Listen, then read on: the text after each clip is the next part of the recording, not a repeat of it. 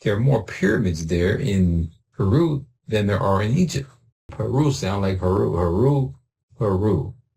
You know about Heru because of the Ha and the son of Osiris and Isis. And so Heru has some connections.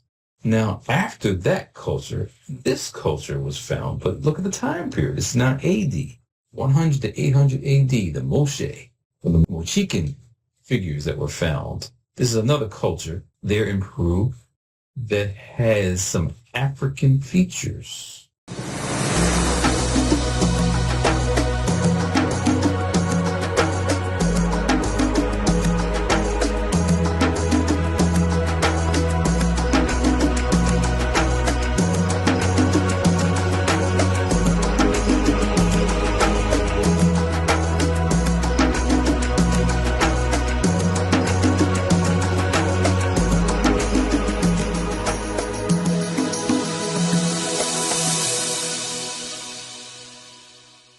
Greetings, family.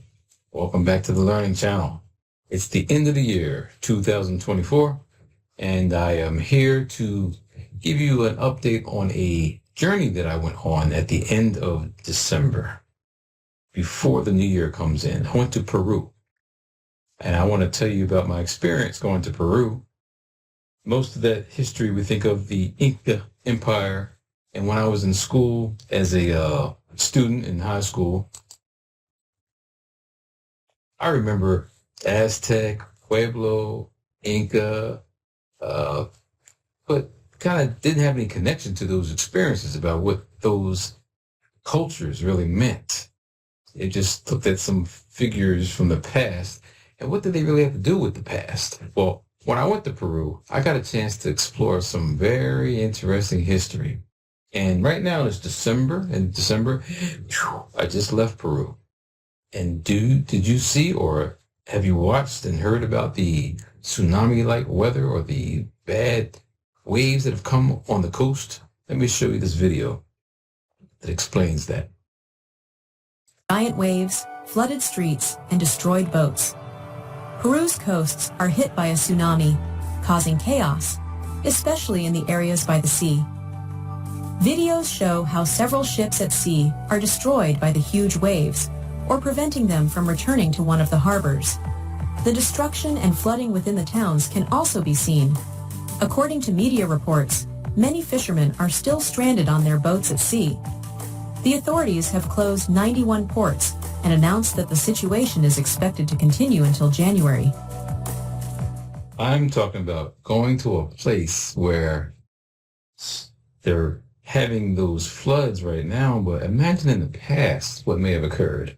How the people were living in the cataclysmic events may have just wiped out the cultures and the people, and that's why we no longer know how the people existed in those places. So I want to look at the connections to the African past, really the world past. Well, since I have an African connection with my cultural experience, I want to make a relationship between what's going on in South America, what happened with some of the African people that traveled throughout the world.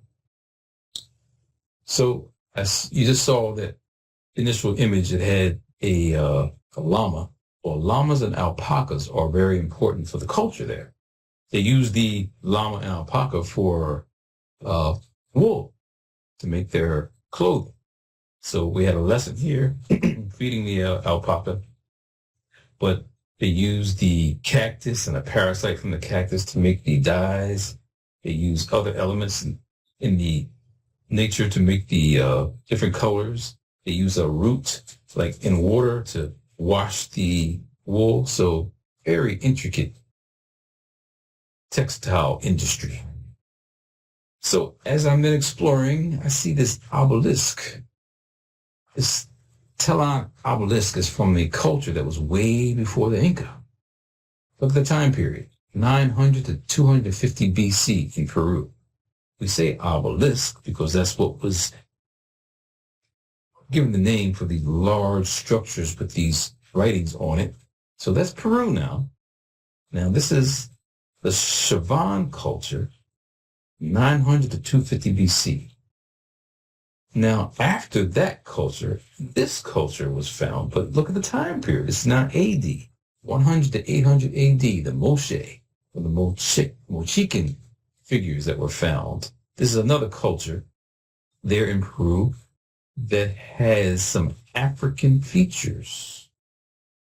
You don't normally think of African people on that side of the world, or people of African descent, or Black people in this area, but here you have what the pottery looked like of those people who lived during the time before the Inca. The Moche people also built pyramids. There are more pyramids there in Peru than there are in Egypt. Yeah, wrap that around your mind right now. So here's a pyramid there in Trujillo, Peru. Well, while I was in Lima, Peru, I also saw some pyramids while riding around in the tour bus. So we got out and we looked at some of the sand pyramids. Doesn't rain a lot there in Peru. So those sand pyramids are still standing. And you can see behind the intricate nature, not real precise like the flat pyramids or the ziggurat pyramids, like step pyramids that you find in other places, but that is a pyramid in the middle of Lima, Peru. So what are the pyramids and obelisks doing over there in Peru? I went to Cusc-o. I left Lima, went to Cusc-o and saw some obelisks. This is an obelisk actually outside of the airport. And with the wings on it, it's representing one of the first Inca pilots that, navigated the skies. But this obelisk in ancient Africa, we call them Tekhenu. So the Tekhenu are all over the planet, but it's just interesting, again, to make the connection between Peru and what you see on the other side of the planet in Africa. So the Inca Empire expanded from Chile all the way up to Ecuador. So the Inca name, I-N-K-A, really deals with the ruler and like a ruler as a god. The Spanish came and called it Inca and then took the K out and put it at C. But the Inca Empire had a long name that dealt with how these four empires or these four locations stayed together. It's a long name. They call it Tawantinsuyu. Tawantinsuyu, or is what the people call themselves, because it dealt with all this region here being connected. So the Inca Empire was pretty strong. If you look at the dates and times here, you see it started around 1438. One of the places that is the capital was Cusc-o. I'm going to show you where that is. So 1438 all the way up to 1532 was the time frame. And that's a little blip in history when you think about things. So what you find there in Peru was probably not there. No, it was probably there before those Inca had done what they had done.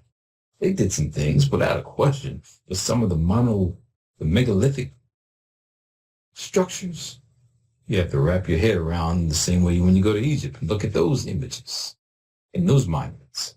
Well, here's a picture of South America. Peru is over here on the west coast side. There's Lima. You got the Pacific Ocean over here. You got Atlantic over here. And you got Africa on the east.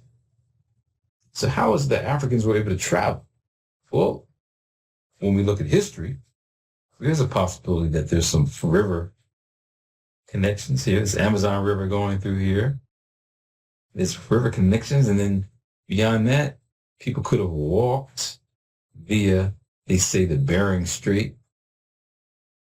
Here's the Bering Strait on this side. They walked, here's the Bering Strait. Leave Asia, cross over to the Americas, and you come down North America and you walk, and you get there. Well, that could have been, and there's a possibility that may have been some pathways, but more than likely the sea. People weren't waiting for Columbus to figure out how to navigate the seas. Columbus got it from other people. So here we are looking at the currents. So you leave Africa and you could flow through the Atlantic Ocean, and you see over here is where Brazil is, that last figure I showed you. They could land over here, but potentially then get into South America from this region.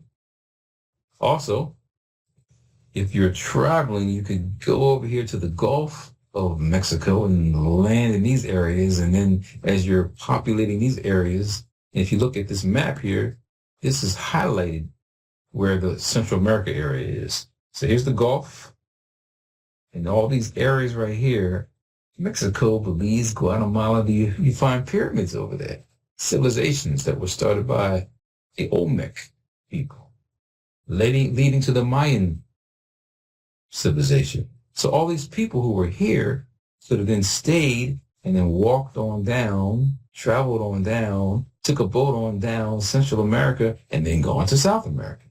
So we don't want to just have the storyline that we just walked from Asia over the Bering Strait, came out of North America, and then came to this Central America area.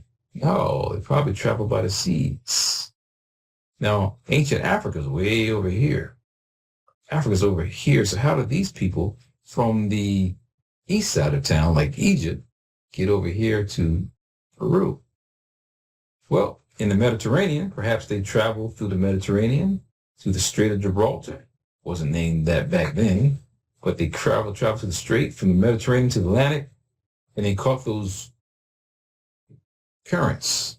And then that's how they got to America. So I'm going to show you some books later on, as we usually do. We're going to end with some books that tell you the story of how this could have occurred.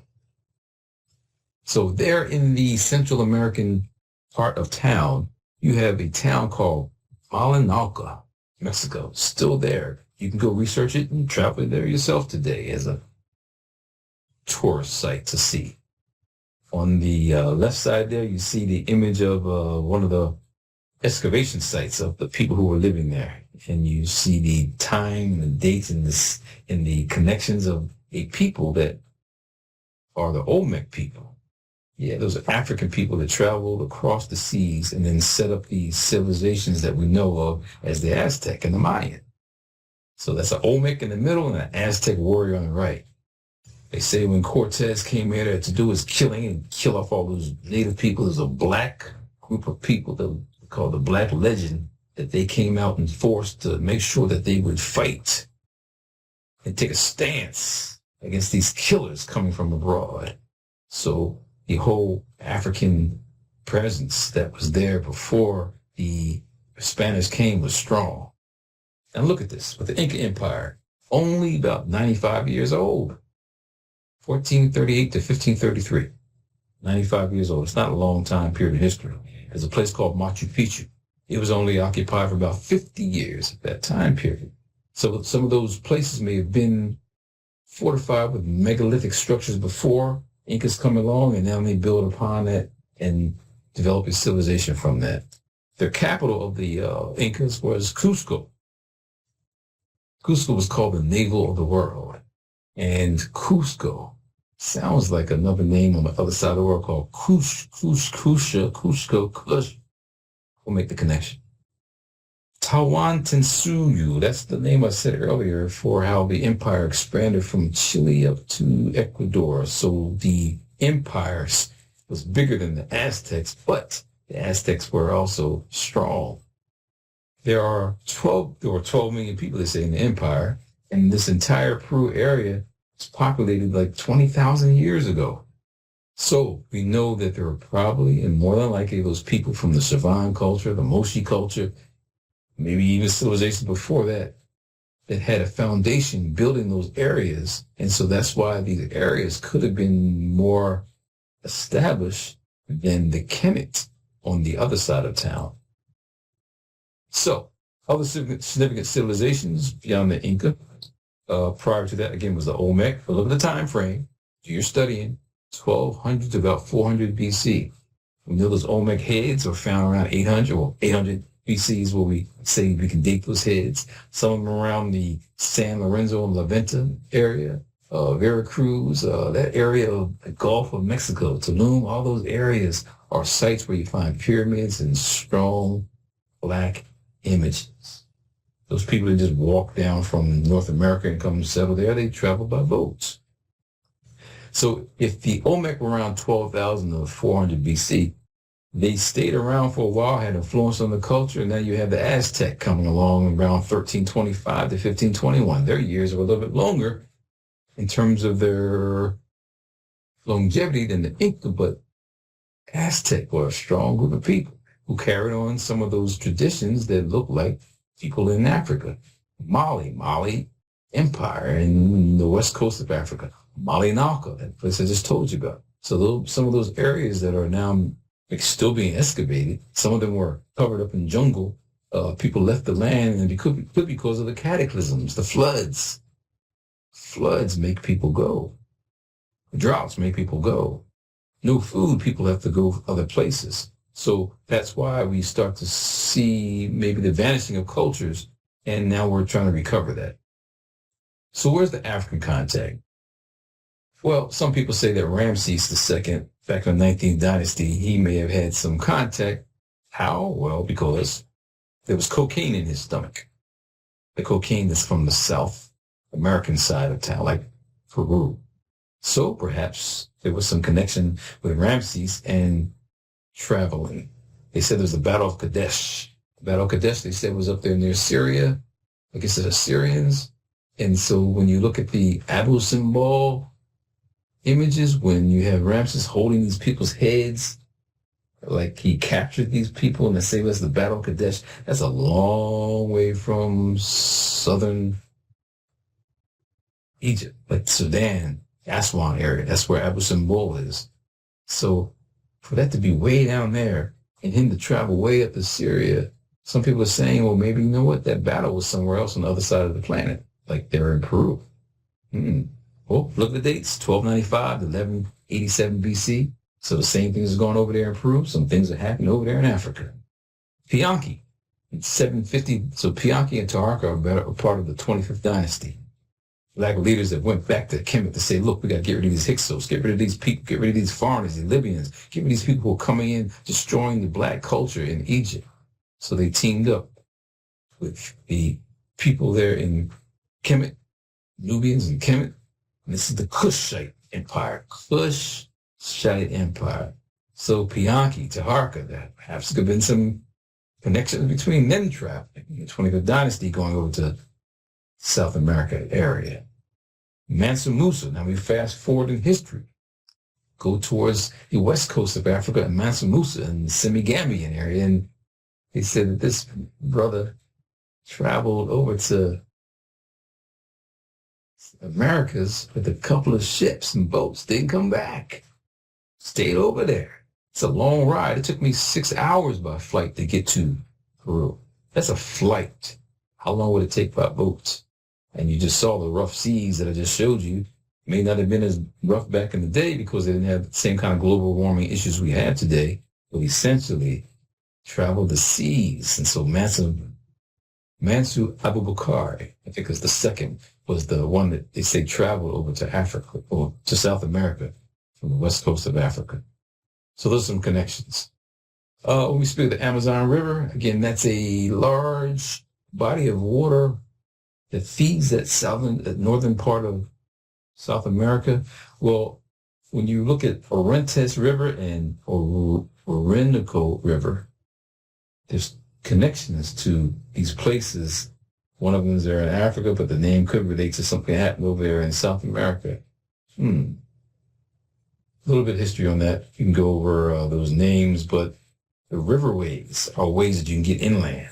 Even in Africa, there were riverways that maybe went from the east coast to the west coast that we don't see today because of the Sahara, which is like desert now, may have been water at some point because when you look at the bottom of a sea, it's going to be desert. So the waterways are one way that people could travel from place to place. Jesus and Mary had a daughter. They said her name was Kali. There's also a Hindu goddess named Kali. So prior to those, I guess the Chivan and the Moche culture, there's a people that were found in Northwest South America called the Cali. Yes, do your history.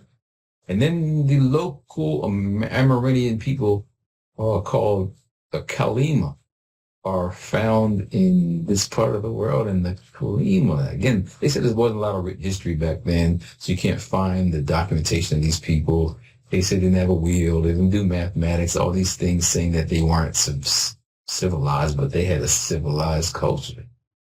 So Cali keeps coming up, and the major city in Colombia. I went to Colombia, Colombia last year in the Andes Mountains. Not a lot of black people are there, but Cali was a very important site, big city in Colombia. And then we look at California, Cali, named after a mythical queen called Calafia, introduced in the 16th century by this, I guess in a novel it was uncovered by this guy named, his name is a novelist, but La Surges was the name of the novel, and there was a woman in there that was like a queen warrior. They called her Queen Calafia, California. So that's where California, they say, comes from. Even word Peru, where does Peru come from? All these, if you go to the internet, you go anywhere, books, people have the different perspectives. You go talk to a tour guide, they're going to say, oh, Peru means this, but Peru sound like Heru. You know about Heru because of the hawk and the son of Osiris and Isis, and so Heru has some connections.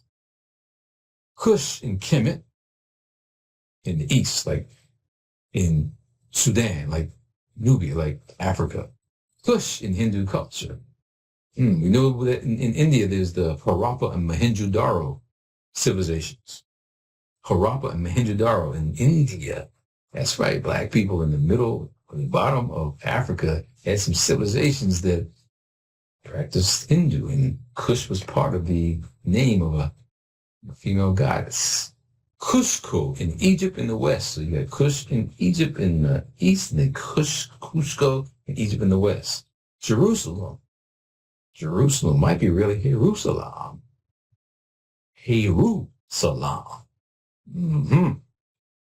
Black Christ in Cusc-o. Guess what? There's a Black Christ in Cusc-o, which is supposed to be the navel of the world.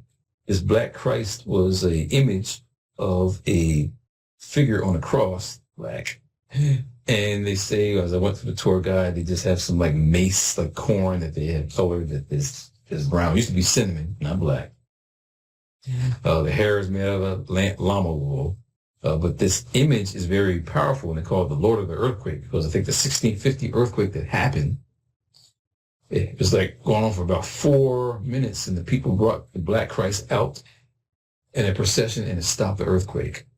So there's a Black Christ. It's an event that happens in November every year where they honor the Black Christ. There's 1,000 pyramids in Nubia, not Egypt, Nubia. And guess what? The second most place you find a lot of pyramids is in Peru. You know they're all along the South American region because, again, the people who are making these connections to a higher element or receiving information from a higher element or traveling and passing on that culture to each generation. So the pyramids that we see there in Kemet, the pyramids that we see there in Central America, the pyramids we see there in Africa, Asia, there's a connection to the people who brought that. So lastly, for this Peru-African connection, so beyond the Kushite empire, let's look at the 18th dynasty, where again, Kemet and Kush went through some struggles because we know that the Hyksos warriors were coming in, all these invaders coming in, ruining the cultural experience of the people. As they ruin the cultural experience of the people, there's disintegration and fights and wars. And so the Kushite Empire in the 18th dynasty under Hatshepsut and people like Thutmose III, they created opportunities for trade. The fact that they traveled to Punt, which is like over in Somalia, the fact that they traveled up to the Euphrates River shows that they could have traveled abroad and went through the seas and gone to other places. Not just them, but the empire and the people that they send off. They had their own navies, if you want to look at it that way. So we know there's some connections to the people on the continent of Africa and the people in South America. It's not like those countries were merged, those continents that I read as were merged, because that didn't happen. That happened like a long time ago before there were humans walking on the earth. So we can't say that they just split up, the continent split up, now the people were on the separate places. No, they traveled by boat to get there.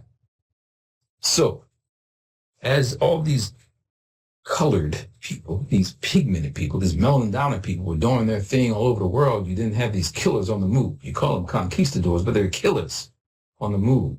Francisco Pizarro was one of them who came and wiped the Incas out.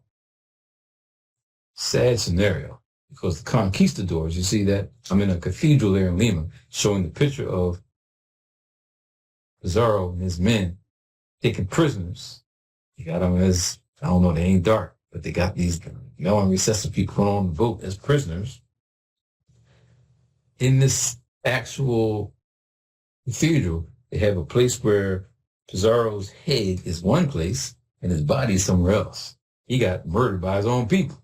So these killers on the move, these call them conquistadors, but they came in destroying, slashing, dashing, and killing. And so Atahualpa was the Inca leader who was murdered in Cusc-o. And this happened in 1533. So Incas, again, in 1438, kind of elevated, established Cusc-o as the capital. And then when these Spaniards came in, the conquistadors, these killers, they wiped them Incas out with guns and disease and just destroying their history. And so Pizarro himself was actually assassinated by his own people in 1541. Killers on the move. What's sad about all this is that I was in the Lima Cathedral and I saw the books. Couldn't go touch these books. I mean, in those books are probably some good history. But we also know those killers burned the history, burned the books. That's why it's hard for us to understand who built those pyramids, who built those obelisks, who created those civilizations before the Inca, because these killers came in and slashed and dashed and just destroyed everything. If you don't have a library, you don't have a resource. Now, that's the library I just walking in, but that's my library. I'm just looking at that. I can go to a resource, a book. I can now go kind of figure things out. In the past, those devils destroyed all the literature. So that's why we are in a struggle today to try to figure all this out. It's up to us to find the answers. What is powerful about this trek is that I used Brother Horace Butler's book called When Rocks Cry Out as a source. He exposed a lot of information that I was able to see for myself in terms of traveling to the sites. And so Horace Butler, all praises to you, my brother. May you still be in existence to produce and share. But your book, When Rocks Cry Out, made me go seek some of the answers that I was looking for. So the Spaniards, the killers, came in, wiping the Incas out, and they still carried on a tradition of some of the Moorish culture that they had just experienced. Because now, remember, the Spanish just came out of a situation where the Moors, from 711 to about 1492, 800 years rolling, Spain and Portugal. So when Isabel and Ferdinand gave Columbus and all these people authority to go about the world and kill everybody else using the religion like Catholicism, they did that, but they still carried on what they had learned from the Moors. And you see the architecture in some of the temples, cathedrals. There's the Moorish arches, courtyard area. And outside of that, you see the cathedrals that the Europeans or the killers created. So what happened is on many of these sites are pyramids for the ancient sites, and the killers came in and they built their edifices and their constructions on top of the ancient sites, so you would never know that they existed. Saint San Martin de Porres, he's a saint there in Peru. Never heard of him until I went there. Those follow Catholicism. You may know a little bit about this, but this person was very powerful as a healer, respecter of people. So you have a black man during a time period that slavery was going on all over the world, but here he is a saint during a time period that black people weren't doing too well, especially in Peru. So he's at least honored as has a room there in the cathedral in Lima, and that's a San Martin de Porres. We already talked about the Black Christ. That Black Christ is in Cusc-o. So this is Lima, but the Black Christ is in Cusc-o. So there's some underground understanding about the importance of black and black people. Even the alpaca, that animal, they eat the animal. They use the animal for fur. And they sacrificed the black alpacas for some spiritual enlightenment because they're very rare. So black is something that is valued by the native peoples of the land. As we traveled from Lima to go to Cusco, we went not by the river, but this river, Sacred Valley River. It actually feeds the Amazon. So we talk a lot about the Nile River in Africa, and the Nile feeding the people. Then the inundation period, it flooded, and the time period where there was no water. There's sort of people spent time building pyramids and constructions, and then when there's now the flooding was over, they could then now grow the crops. And so the Nile was like the lifeline of the people over here in Africa. Well, this river here, the Sacred Valley River, if you travel along, you see nothing but corn, nothing but the cotton and the asparagus, and nothing but easy ways to feed yourself because the environment is conducive to that. There are dry places in Lima without a question. They say it doesn't rain there, but this river was the source of power. So as we traveled from Lima, went to Cusco, I reached Machu Picchu. You've heard of that before, but Machu Picchu is way up in the sky. But it is lower than Cusco. The altitude was tremendous. When I say lower than Cusco, the altitude for Cusco is about 13,000 feet above sea level. This is 3,000 feet lower than Cusco, but we're still up there. You see those mountains? You see how tall that is. The air is thin. You must be able to handle that air. If you can't handle that air, you're going to have a problem with your breath. There, way up there. So people are saying that this construction, they were only there for 50 years. They built all this for a little bit of time. Some people say that they heard this, those killers were coming, those conquistadors were coming, so they abandoned the place and left. Conquistadors never knew it was there, but they heard there was no gold up there, so they didn't go. But they were just taking and pillaging, and wherever gold was, they killed the people to get the gold. That's a European mentality of being materialistic. That's not African people. That's not people of African descent. Those people bartered. They traded. They weren't just trying to take resources. They lived with one another along that corridor, but you had a foreigner coming in creating havoc. Right here is a solar observatory. So the tour guide is showing a picture of the sun shining on that area right there in the middle. Solar observatory. See those clouds way up in the sky? So they use this as a time to figure out when they're going to plant, when it's going to get cold. They use the same thing we have on the other side of the hemisphere, the solstices. So the summer solstice and the winter solstice are opposite for the sides of the world. So this time period here was the summer solstice. In America, it's the winter solstice, speaking of December.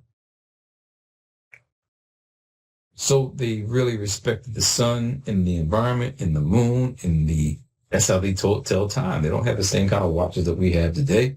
They used the celestial elements to know what was going on with the world. So you see the sun up there shining between some columns that would mark its solstice. And you see over here at Machu Picchu, they say that these are astronomical observatories. That's walking on the heights of Machu Picchu and seeing the development of the stones and kind of plaza areas, and to do that all up above in thin air, amazing. So how were they traveling in the ancient times? They say they didn't have wheels. They wouldn't have horses on this side of the world. They had llama. They didn't have camels. How were they traveling? The waterways could have been one way, but just to contemplate going through these mountains and these ranges and then building pyramids, perhaps starting those pyramids from the mountains and then building on top of that. But certainly a very just amazing trip to see what humans can do. That means we could do it again. Way up in the mountains, these plazas were created for certain kinds of crops. Each level was a scientific engineering masterpiece to know how to create certain crops. You take one crop from one tier, one seed from one tier, put on another tier, and then you make a different kind of food item. That's why there's so many different types of corn and potatoes coming from this area. But look how high up I am today and how high up it was for them to create and build that yesterday. See all these plazas on top of the hillsides. And so I went to the last site in Sacsayhuaman, the Zigzag Fortress. When you do some research and you study the Zigzag Fortress, this is a 1, 2, 3 tiered, like zigzag fortress. There's a stone right there, a little wall, stone right there, a little wall. So it zigzags. That thing is a fortress. They called it it's like a temple of the sun and a fortress for the royal hawk, or HERU. That hawk right there is in Kemet, in Karnak, HERU, Horus, HERU, Peru. Again, the connections are there. So I went there to find it out myself. So this Sacsayhuaman, some people say the word like sexy woman, Sacsayhuaman. That area is one of the highest elevations there in Cusc-o area. 12,142 feet above sea level.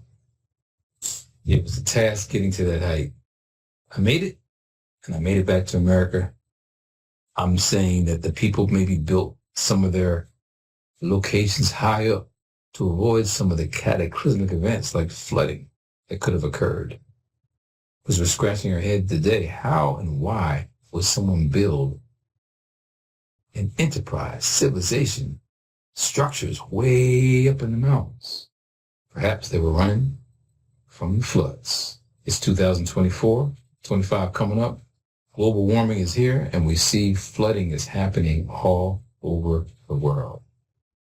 Let's look at some books as we conclude that will help you out dealing with history. So, as I said, if you get a chance to find this book, When Rocks Cry Out by Horace Butler, it's written like a novel story of his research dealing with what he saw about this area of the world in Peru, making that connection to Africa. Get that as number one book on your list. He takes a lot of his information too from Van Sertima. A must. The African presence in ancient America. They came before Columbus.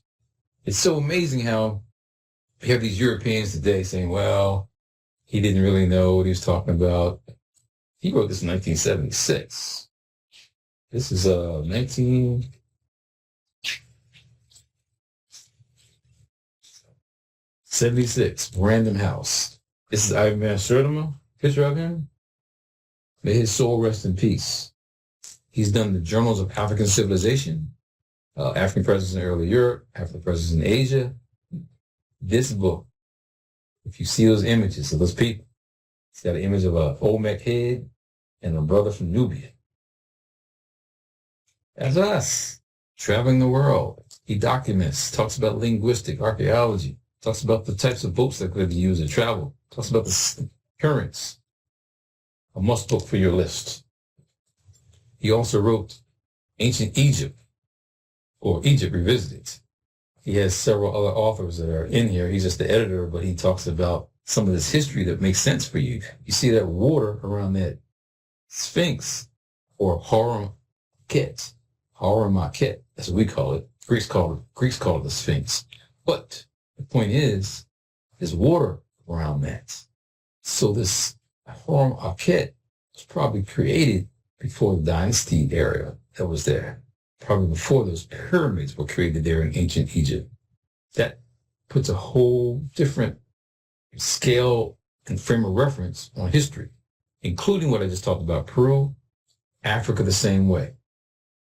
Thousands of years of information that has been buried, and the reason why there has been maybe a lot of the monuments that have fallen down and destroyed, cataclysms, earthquakes happen. Earthquakes happen, floods happen, storms. You see what's going on in the world today with hurricanes. So that image on the front just shows that that area of the world may have been decimated by cataclysm, major event. A brother named Manu Ampum, let's forget his book, A History of African Civilizations. This brother is still on the charge. He's now traveling to Sudan, Nubia, Kush. He is doing the research, the hardcore research, documenting our presence all over the world. But here he's making his foundation on not having some of that information destroyed. Because when the Aswan Dam was kind of blocked and they made a dam to divert water, it covered up some ancient history. Well, he's been on the forefront to make sure some of that history is not lost. So Manu Ampum, definitely get his book, A History of African Civilizations. Still doing the work. Manu Ampum's still alive. His brother right here, Orinoco Rashidi, may his soul rest in peace. He did a lot of work with Evan Van Sertima also, but my global journeys in search of the African presence.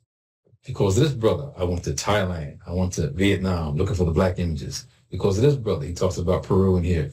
He's going all over the world documenting with images and photos of people who have had an impact on the world that you've never heard of. So we need to go to the libraries and get the documentation and read the work of those who did the work. Can't let them just die and go and we don't honor what they've done. And then you got Brother Charles Finch, his most recent book. It's called Nile Valley Civilization, a 10,000-year history. So this is Dr. Finch wrote this past 2022. Thorough document. 10,000-year history. So when we start talking about the areas of Peru and Kemet, and we look at dates and times, and we now have to know that there was dates and times of civilizations before this time, you start to understand the magnanimous history that we have and why I'm so upset and angry why we have to now recover this today because of what these killers did.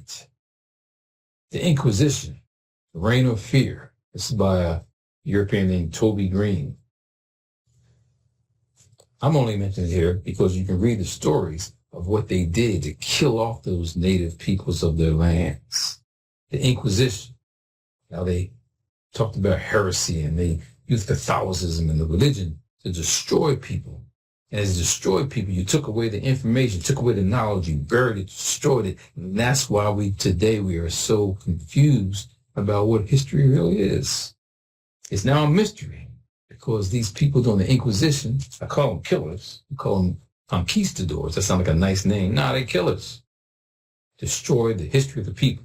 And it's up to us to use whatever platform we can, like this learning channel, to expose the enemy, to recover our information so we can rise again like a pyramid of consciousness. So thank you for listening with me. I'll be back in the new year, but this was my last presentation for the 2024 year. And thank you for being there with me throughout the year. Travel safe. Peace and love to you.